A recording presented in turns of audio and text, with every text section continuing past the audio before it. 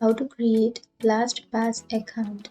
So if you want to create a LastPass account, then first of all open up the browser and then check your internet connection and tap on that search bar and click on that search bar and search for LastPass.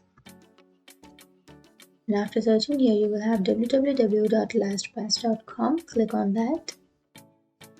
And now you can go for the upper right corner, which is get LastPass free. Click on that. And from here, it will take you to create an account page.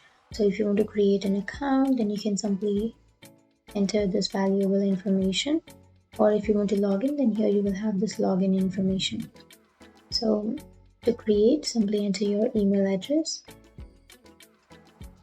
And then you have to create a password.